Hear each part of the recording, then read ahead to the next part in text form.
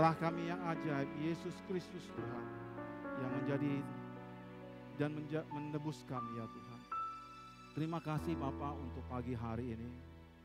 Terima kasih untuk suasana surgawi, jamahan-Mu yang menjamah kami Bapa, sehingga hati kami tenang dekat dengan Engkau. Hati kami bersuka cita di dalam Tuhan, di dalam ibadah pagi pada hari ini ya Tuhan. Pujian penyembahan, doa yang kami naikkan, semuanya untuk kemuliaan-Mu Tuhan. Pada pagi hari ini Tuhan, kami boleh menyiapkan hati kami untuk firman-Mu. Sampaikanlah firman-Mu Tuhan kepada umat-Mu di tempat ini. Kami siap untuk menerimanya, hati kami dan pikiran kami bagai tanah yang subur untuk siap untuk menerima benih firman Tuhan yang bertumbuh di dalam hidup kami, menguatkan iman kami, menguatkan semangat kami, menguatkan hidup kami ya Bapa. Urapi hamba-Mu yang menyampaikan firman Tuhan, supaya setiap perkataan hamba-Mu boleh menjadi berkat bagi setiap orang yang mendengarkan firman, baik yang hadir pada hari ini maupun yang ibadah online ya Tuhan. Terpujilah nama-Mu Tuhan. Kami siap mendengarkan firman-Mu di dalam nama Tuhan Yesus Kristus kami mengucap syukur dan berdoa. Haleluya. Amin. Bapak Ibu Saudara, sebelum duduk, berikan salam kiri dan kanan saudara. Katakan selamat hari Minggu. Apa kabarnya? Kalau bisa tanya siapa namanya kalau dia belum kenal. Kalau sudah kenal dia di mana rumahnya, ternyata dia adalah tetangga saudara. Haleluya. Ya, salaman kiri dan kanan. Rupanya Bapak itu tinggal di mana? Oh, tinggal di Rumbai. Wah, rupanya kita tetangga. Kok nggak pernah Bapak datang ke persekutuan? Amin, saudara. Saudara harus kenal kiri kanan saudara, karena kita adalah umat Tuhan yang berharga di mata Tuhan. Amin, saudara. Saudara-saudara berharga di mata Tuhan. Tidak ada satupun kita di tempat ini yang sia-sia datang beribadah, yang sia-sia datang kepada Tuhan.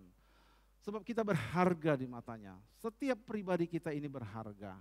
Oleh sebab itu Tuhan mau dekat dengan kita. Dia rindu saudara datang ke tempat ini untuk bersekutu dengan Dia. Amin. Untuk senantiasa mengalami kasih Tuhan, kuasa Tuhan, bahkan mukjizat Tuhan setiap hari dalam hidup saudara. Oleh sebab itu alamilah kasih Tuhan, alamilah kuasa Tuhan dalam hidup kita setiap hari. Pada minggu ini adalah minggu Paskah. Jadi dalam minggu ini kita akan memperingati Paskah. Hari Jumat ada Jumat Agung, ya, di mana Yesus Kristus disalibkan, dan Dia disalibkan untuk menebus dosa-dosa saudara dan saya. Dia menderita di kayu salib, dan kita akan menerima makna Paskah ataupun penebusan itu dalam kehidupan kita. Oleh sebab itu, mari kita menyiapkan hati kita, semua jemaat Tuhan, untuk bisa merenungkan dan memahami arti Paskah di dalam kehidupan kita. Hari ini kita akan belajar firman Tuhan dengan topik mengenal El Rafa, Allah penyembuh. El Rafa, Allah penyembuh. Sebelum kita membahas firman Tuhan, mari kita buka bersama-sama di dalam Keluaran 15. Keluaran. Ya. Keluaran 15 ayat 22 sampai 27. Sudah buka semua? Keluaran 15 ayat yang ke 22 sampai 27. Ini karena hanya beberapa ayat saja kita baca bersama-sama. 1, 2, 3, ya. Musa menyuruh orang Israel berangkat dari Laut Tebrau. Lalu mereka pergi ke padang gurun Syur. 3 hari lamanya mereka berjalan di padang gurun itu dengan tidak mendapat air. Sampailah mereka ke Mara, tetapi mereka tidak dapat meminum air yang di Mara itu, karena pahit rasanya. Itulah sebabnya dinamai orang tempat itu Mara. Lalu bersungut-sungutlah bangsa itu kepada Musa. Kata mereka, apakah yang akan kami minum? Musa berseru-seru kepada Tuhan, dan Tuhan menunjukkan kepadanya sepotong kayu. Musa melemparkan kayu itu ke dalam air, lalu air itu menjadi manis. Di sanalah diberikan Tuhan ketetapan-ketetapan dan peraturan kepada mereka. Dan di sanalah Tuhan mencoba mereka. Firman-Nya, jika kamu sungguh-sungguh mendengarkan suara Tuhan Allahmu, dan melakukan apa yang benar di matanya, dan memasang telingamu kepada perintah-perintahnya, dan tetap mengikuti segala ketetapannya, maka aku tidak akan menimpakan kepadamu penyakit manapun yang telah kutimpakan kepada orang Mesir. Sebab aku Tuhanlah yang menyembuhkan engkau. Sesudah itu sampailah mereka di Elim. Di sana ada 12 mata air dan 70 pohon korma. Lalu berkemahlah mereka di sana di tepi air itu. Diberkatilah yang mendengarkan firman Tuhan dan melakukannya dalam kehidupan kita. Bapak Ibu Saudara yang terkasih, di dalam ayat yang ke-22 dikatakan, Musa menyuruh orang Israel berangkat dari Laut Teberau, lalu mereka pergi ke padang gurun Syur. Bangsa Israel sudah melewati Laut Teberau, dan mereka sudah menyaksikan bagaimana Tuhan menolong mereka untuk keluar dari perbudakan Mesir. Tuhan telah melakukan hal yang ajaib dengan membelah Laut Teberau menjadi 2. Sehingga ada jalan bagi bangsa Israel untuk melewati Laut Teberau. Ketika mereka sudah keluar dari tanah Mesir, mereka dihadapkan dengan laut, lalu mereka berdiri di tepi laut, dan mereka menyangka bahwasanya jalan yang mereka jalani adalah jalan yang buntu. Dan mereka berseru kepada Musa, Musa, lihatlah, engkau membawa kami keluar dari tanah Mesir, tapi lihatlah sekarang, di depan ini ada laut. Di belakang kita ada tentara Mesir yang mengejar untuk membunuh kita. Lalu Musa pun berdoa. Dan berdoa kepada Tuhan, dan Tuhan katakan, jamahlah melalui tongkatmu air itu, maka air itu akan terbelah. Di dalam ayat Keluaran 14 ayat yang ke-30, demikianlah pada hari itu Tuhan menyelamatkan orang Israel dari tangan orang Mesir. Dan orang Israel melihat orang Mesir terhantar di pantai laut. Ketika dilihat oleh orang Israel betapa besarnya perbuatan yang dilakukan Tuhan terhadap orang Mesir, maka takutlah bangsa itu kepada Tuhan, dan mereka percaya kepada Tuhan dan kepada Musa hambanya. Bangsa Israel, mereka menjadi takut dan kagum akan Tuhan setelah melihat perbuatan yang Tuhan lakukan terhadap mereka. Dan seringkali ini terjadi di dalam kehidupan kita umat Tuhan. Kita lebih sering kali mempercayai ketika Tuhan sudah melakukan hal-hal yang ajaib dalam hidup kita. Tuhan sudah menolong hidupku, Tuhan sudah memberkati hidupku, Tuhan telah menyembuhkan aku.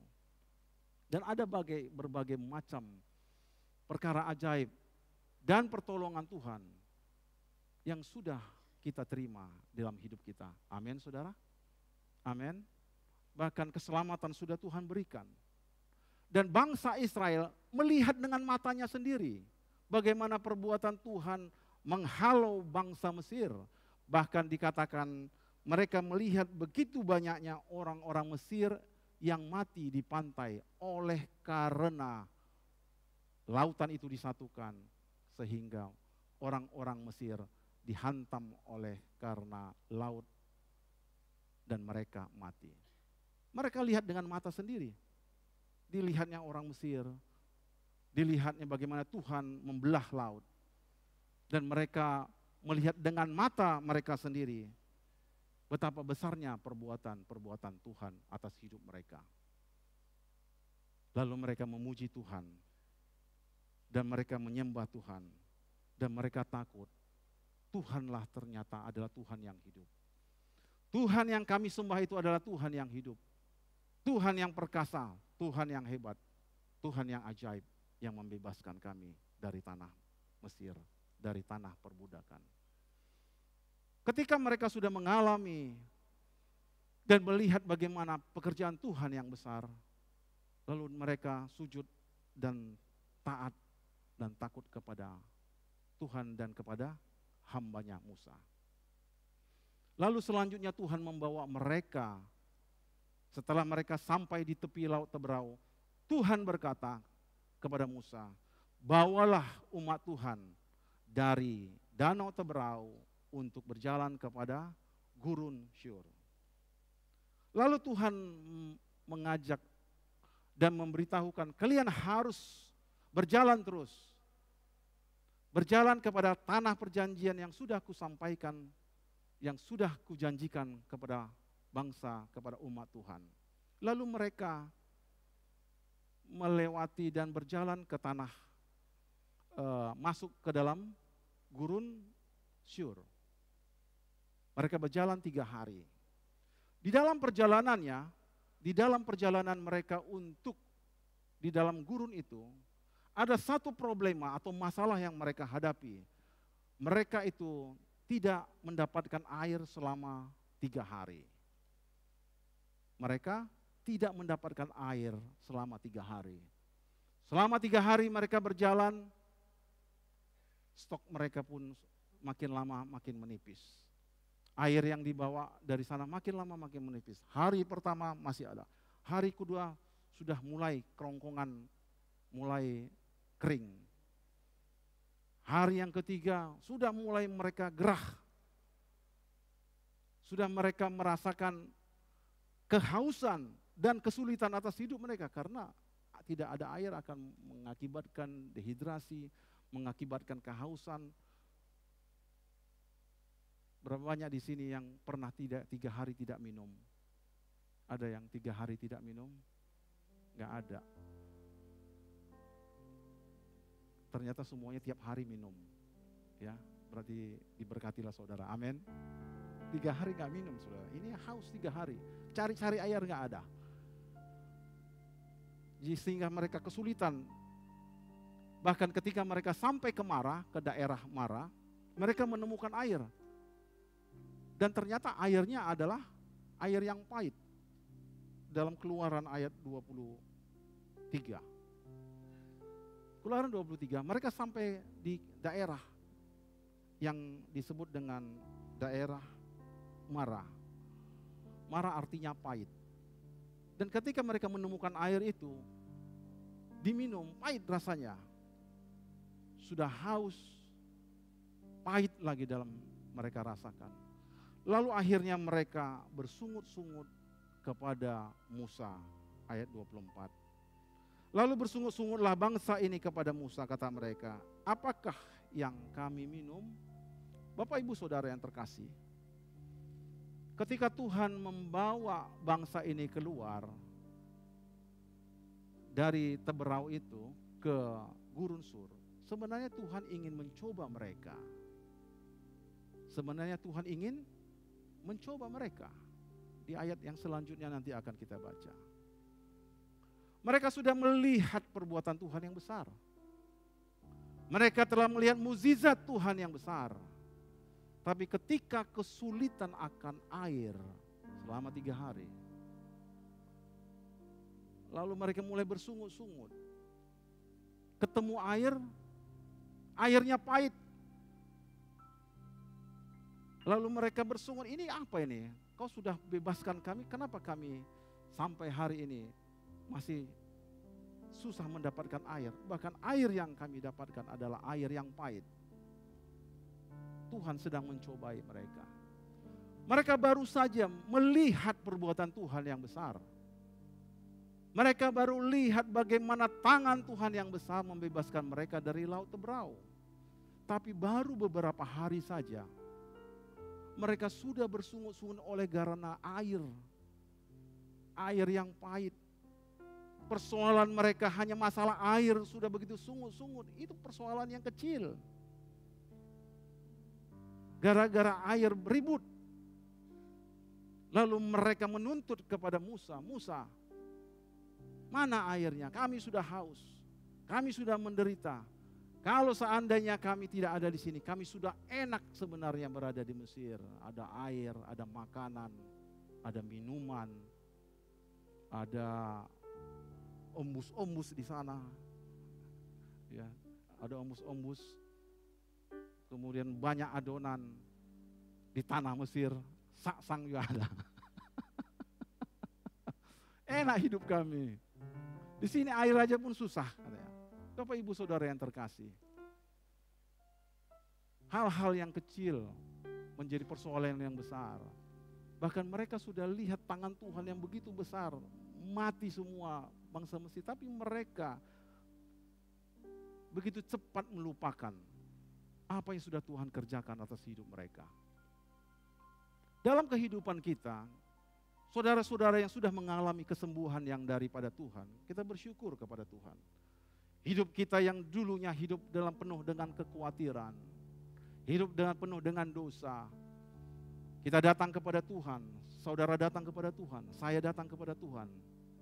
Melalui firman, melalui rekan-rekan saudara, melalui tetangga kita yang menginjil dan memberitakan Injil. Lalu kita menerima keselamatan yang daripada Tuhan, menerima kasih yang daripada Tuhan. Seberapa lamakah kasih kita itu kepada Tuhan itu bisa bertahan? Bangsa Israel hanya 3 hari. 3 hari hanya mereka bertahan, lalu mereka bersungut-sungut, baru mereka mengomel, baru mereka memberontak. Lebih bagus kami balik lagi ke belakang, lebih bagus lagi kami diperbudak, lebih bagus lagi kami dijajah, karena di sana enak. Saudaraku, Bapak Ibu Saudara yang terkasih, dalam kehidupan kita, kita sering mengalami ujian-ujian yang Tuhan berikan kepada kita, supaya kita bisa melihat perbuatan Tuhan yang ajaib. Amin, saudara? Amin. Setiap ujian yang kita alami, itu adalah cara Tuhan untuk menguji kita, iman kita. Sebenarnya berapa lama sih bertahan umat Israel ini? Baru dibebaskan, baru dimerdekakan, baru lihat perbuatan Tuhan yang ajaib dan datang kepada Tuhan. Ternyata mereka itu sangat rapuh pengenalan mereka kepada Tuhan. Mereka hanya melihat Tuhan melalui perbuatan yang ajaib, pertolongannya, tapi tidak mengenal seberapa hebat dan berkuasanya Tuhan itu.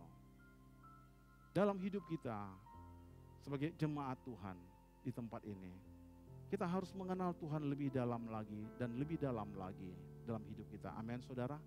Supaya kita bisa mengenal Tuhan itu bukan hanya melihat mukjizat dan pertolongannya, tapi mengenal Dia dalam hidup kita, sehingga di dalam perjalanan kita, dalam segala situasi, kita terus mengikut Tuhan dan bertahan, dan kita tidak bersungut-sungut.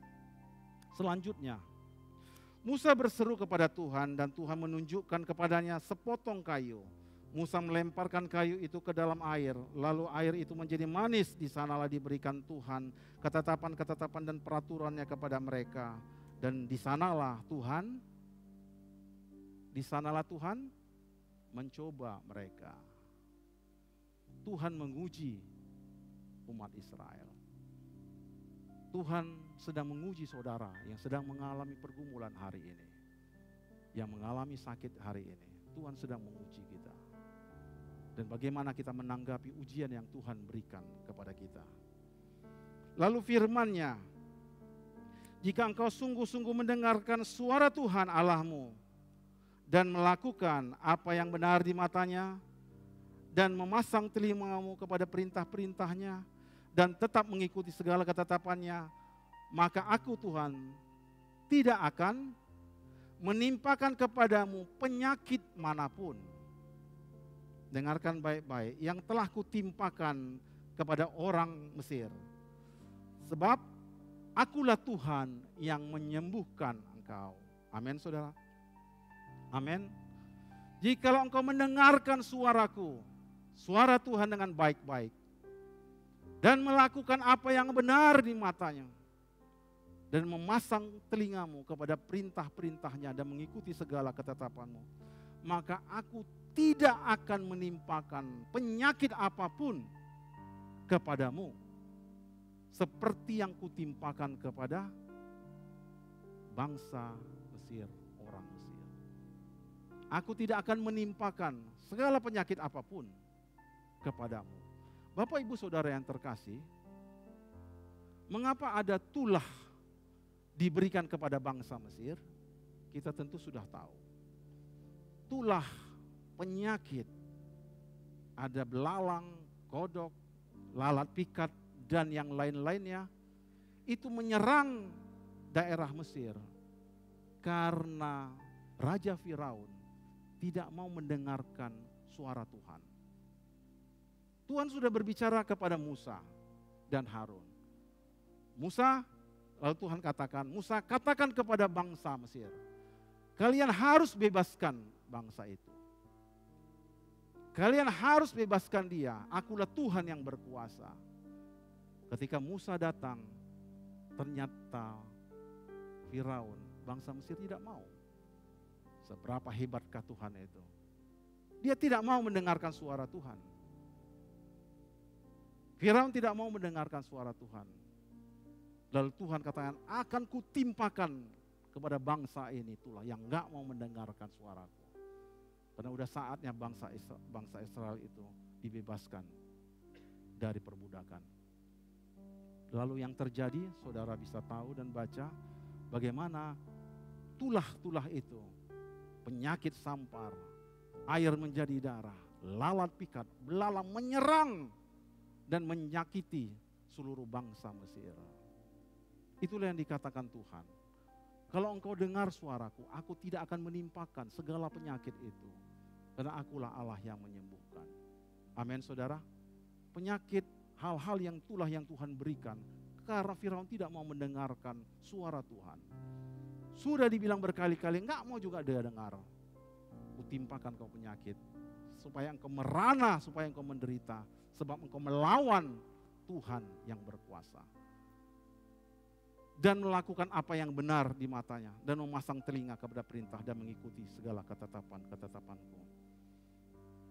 Oleh sebab itu Tuhan mengatakan kepada bangsa Israel, engkau sudah melihat perbuatanku kepada bangsa Mesir. Engkau sudah melihat segala penyakit yang kuberikan kepada mereka. Aku memberikan lalat pikat.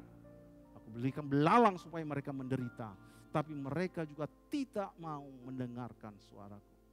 Tuhan ingin mengajarkan kepada bangsa Israel, kalau engkau tidak mau dengarkan lagi suaraku, maka aku akan menimpakan kepadamu penyakit yang sama yang kuberikan kepada bangsa Mesir. Aku akan berikan kalau engkau tidak mau mendengarkan, memasang telingamu, dan mengikuti perintah-perintahku. Karena aku adalah Allah, sebab akulah Tuhan yang menyembuhkan engkau. Aku Tuhan yang menyembuhkan engkau. Aku Tuhan yang tidak akan memberikan engkau sakit penyakit. Bahkan melepaskan kau dari segala penyakit apapun. Kalau engkau mendengarkan suara Tuhan. Pengertian Allah itu penyembuh. Karena Allah yang memberikan dan membebaskan kita dari segala penyakit. Dari segala kelemahan-kelemahan kita. Amin saudara. Allah menyembuhkan engkau, menyembuhkan saya. Karena Tuhan menyingkirkan segala penyakit-penyakit itu. Tuhan yang menyingkirkan segala kelemahan kita. Tuhan yang menyingkirkan segala keraguan-raguan dalam hidup kita.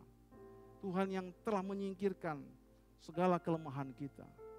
Oleh sebab dikatakan, akulah Tuhan yang menyembuhkan engkau, yang tidak memberikan engkau penyakit. Aku yang menyembuhkan engkau, sebab aku yang melepaskan engkau dari dahaga, dari kelaparan, dari kehausan. Aku yang memberkati hidupmu. Amin saudara.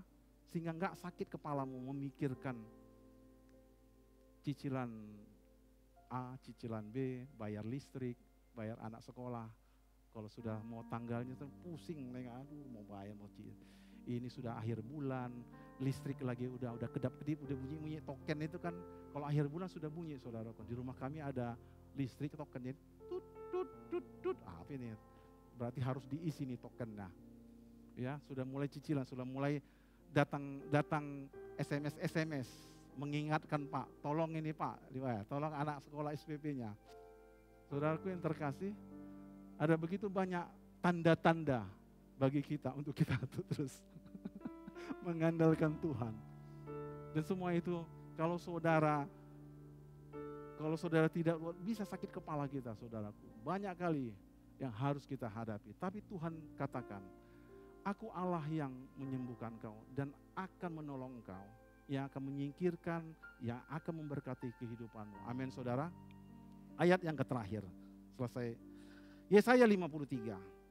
Yesus telah dinubuatkan untuk menjadi penebus bagi kita. Di dalam Yesaya 53, waktu saya sudah habis, dikatakan pada masa-masa ini, dalam Yesaya 53 dikatakan, siapa yang percaya kepada berita kami dengar, dan kepada siapakah tangan kekuasaan Tuhan dinyatakan? Ini berbicara tentang Yesus Kristus yang menanggung segala dosa. Kalau tadi di Keluaran itu Allah yang menyingkirkan segala penyakit, di masa ini penyakit, dosa, kelemahan itu sudah ditanggung oleh Kristus. Sehingga kita tidak menanggungnya lagi. Sebagai taruk ia tumbuh di hadapan Tuhan dan sebagai tunas dari tanah kering. Ia tidak tampan dan semarak yang tidak ada sehingga kita memandang dia, dan rupa pun tidak sehingga kita menginginkannya. Ayat yang ketiga. Dia dihina dan dihindari orang, seorang yang penuh kesengsaraan dan yang biasa menderita kesakitan. Ia sangat dihina sehingga orang menutup mukanya terhadap dia, dan bagi kita pun dia tidak masuk hitungan. Ayat yang keempat dan kelima, mari kita baca bersama-sama. 1, 2, 3, ya. Tetapi sesungguhnya penyakit kitalah yang ditanggungnya, dan kesengsaraan kitalah yang dipikulnya. Padahal kita mengira dia kena kutuk, dan dipukul, dan ditindas Allah. Tetapi ia tertikam oleh karena pemberontakan kita. Dia diremukkan oleh karena kejahatan kita. Ganjaran yang mendatangkan keselamatan bagi kita ditimpakan kepadanya, dan oleh bilur-bilurnya kita menjadi sembuh. Amin. Segala puji syukur hanya bagi nama Tuhan. Segala dosa yang kita buat, segala kesalahan yang kita buat, segala pemberontakan yang kita buat, yang membuat kita sakit, yang membuat kita menderita, yang membuat hidupmu menjadi tidak tenang, hidupmu dengan kekhawatiran. Yesus katakan bahwasanya dia sudah menanggungnya di kayu salib. Amin, saudara. Allah telah menyatakannya. Penyakit kitalah yang telah ditanggungnya. Penderitaan kitalah oleh karena kesalahan kita. Jadi sakit itu kita dapatkan oleh karena pemberontakan kita. Apa yang saudara rasakan sakit dalam hidup saudara, akibat kesalahan kita, akibat pemberontakan kita, akibat dosa yang kita lakukan. Saudaraku yang terkasih, ada juga orang yang sulit kali mendengar saudara, mendengarkan nasihat. Sudah dibilang, jangan kau lagi makan daging, kau lihatlah dirimu, udah tensi tinggi, gula darah, sudah ini, sudah itu, kau langgar lagi. Dibilang jangan makan ini, kau makan lagi, jangan ini kau makan lagi. Kebanyakan kita banyak melanggar aturan yang sudah dibuat. Lalu sakitlah hidup kita, menderitalah hidup kita, gak tenanglah hidup, karena begitu banyak yang kita langgar. Apalagi sekarang ini, bulan-bulan ini banyak pesta, tiap minggu pesta. Sabtu kemarin kami ada pesta, Jumat lagi ada pesta, minggu siap ini ada lagi undangan pesta, Sabtu depan pesta lagi, makan daging lagi, minggu lagi ada lagi pesta. Saudaraku, kadang-kadang kerakusan kita itu membuat sakit hidup kita. Sudah dilarangnya sama istrimu, jangan banyak-banyak makan, tapi tetap kau langgar. Sudah dilarang sama mamamu, udahlah, cukupkanlah dengan makan yang ada. Tapi kadang-kadang kita langgar, akhirnya kita sakit. Walaupun kita sakit, walaupun kita melanggar, walaupun kita melakukan kesalahan, ada Yesus yang sudah menanggungnya. Amin, saudara. Amin. Yesus yang sudah menanggungnya. Hari ini, mari kita datang kepada Kristus. Tuhan katakan, aku sudah menanggungnya anakku. Segala penyakitmu, segala penderitaanmu, datanglah kepadaku. Aku sudah menanggungnya di kayu salib. Aku telah menjadi tebusan atas sakitmu, atas segala penderitaanmu. Mari umat Tuhan kita bangkit berdiri hari ini.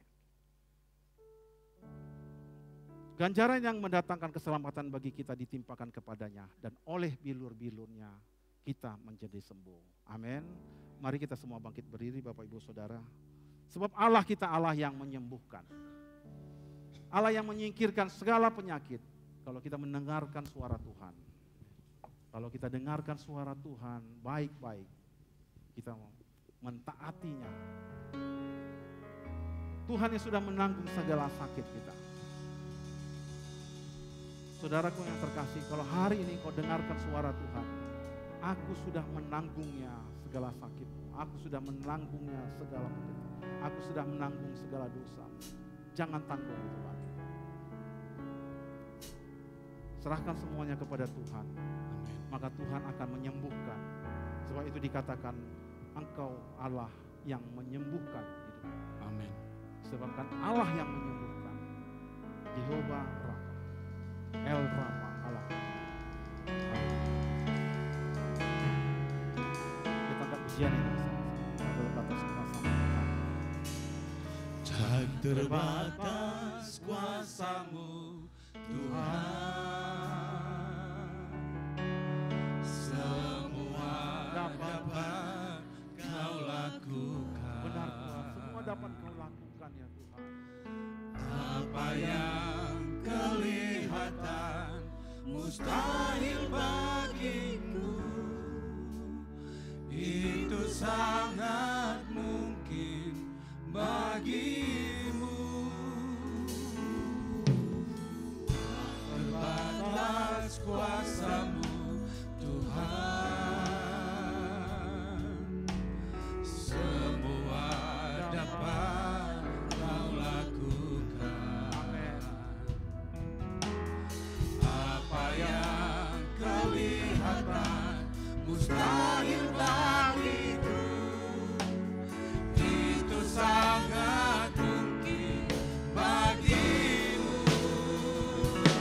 Di saat ku tak berdaya, kuasa-Mu yang sempurna. Ketika ku percaya, mujizat itu nyata. Bukan karena kekuatan, namun Roh-Mu ya Tuhan. Ketika ku berdoa, mujizat itu nyata. Tidak terbatas kuasa Tuhan dan mujizat itu nyata. Dan di saat kita berdoa, mujizat itu bekerja atas hidup kita. Pada hari ini saya mau berdoa bagi saudara-saudara yang sedang sakit. Bagi saudara-saudara yang sedang sakit, angkatlah tangan kananmu dalam nama Yesus. Bagi saudara-saudara yang sakit, angkat tanganmu. Tetap berdiri di tempat. Tangan kananmu angkatlah. Kemudian tangan kirimu, jamalah tubuhmu yang sakit. Kalau sakitmu ada di penyakit dalam, peganglah perutmu, peganglah dadamu. Kalau sakitmu ada di hati, kau mengalami sedang sakit hati, jamalah, letakkanlah tanganmu di hatimu. Kalau kepalamu sedang sakit, letakkanlah tanganmu di kepalamu. Di mana yang kau rasakan kau menderita oleh karena sakit, oleh karena sakit hati, sakit kepala, sakit jantung, sakit lever, di dalam nama Yesus kita akan berdoa. Sebab saat aku berdoa, kuasa Tuhan nyata. Amin. Saat kita berdoa, kuasa Tuhan, kesembuhan yang daripada Tuhan mengalir atas hidup kita. Mari kita bersatu di dalam doa. Bapa, di dalam nama Tuhan Yesus Kristus, Hamba berdoa pada hari ini Tuhan kepada umat-Mu yang sakit ya Bapa. Kami tahu Tuhan kuasa-Mu, mukjizat-Mu nyata Tuhan. Amin. Tidak ada yang mustahil bagimu. Kami telah mendengarkan firman-Mu ya Tuhan, bahwasanya Engkaulah yang telah menanggung segala penyakit kami. Amin. Engkaulah yang telah menanggung segala dosa kami. Engkau telah yang menanggung segala kesalahan kami. Oleh sebab itu pada hari ini, pada pagi ini kami berdoa di dalam nama Yesus. Amin. Engkau Amin. Allah penyembuh, Yes. yang akan menyembuhkan semua penyakit-penyakit di Amin. dalam nama Yesus. Haleluya. Terjadilah kesembuhan atas umat-Mu. Terjadilah kesembuhan oleh umat-Mu Tuhan. Amin. Segala penyakit-penyakit disingkirkan, segala penyakit disembuhkan Yes. karena kuasa Tuhan. Amin. Dalam Mukjizat Tuhan terjadi di dalam Amin. nama Tuhan Yesus. Haleluya. Tak terbatas kuasa-Mu Tuhan. Haleluya.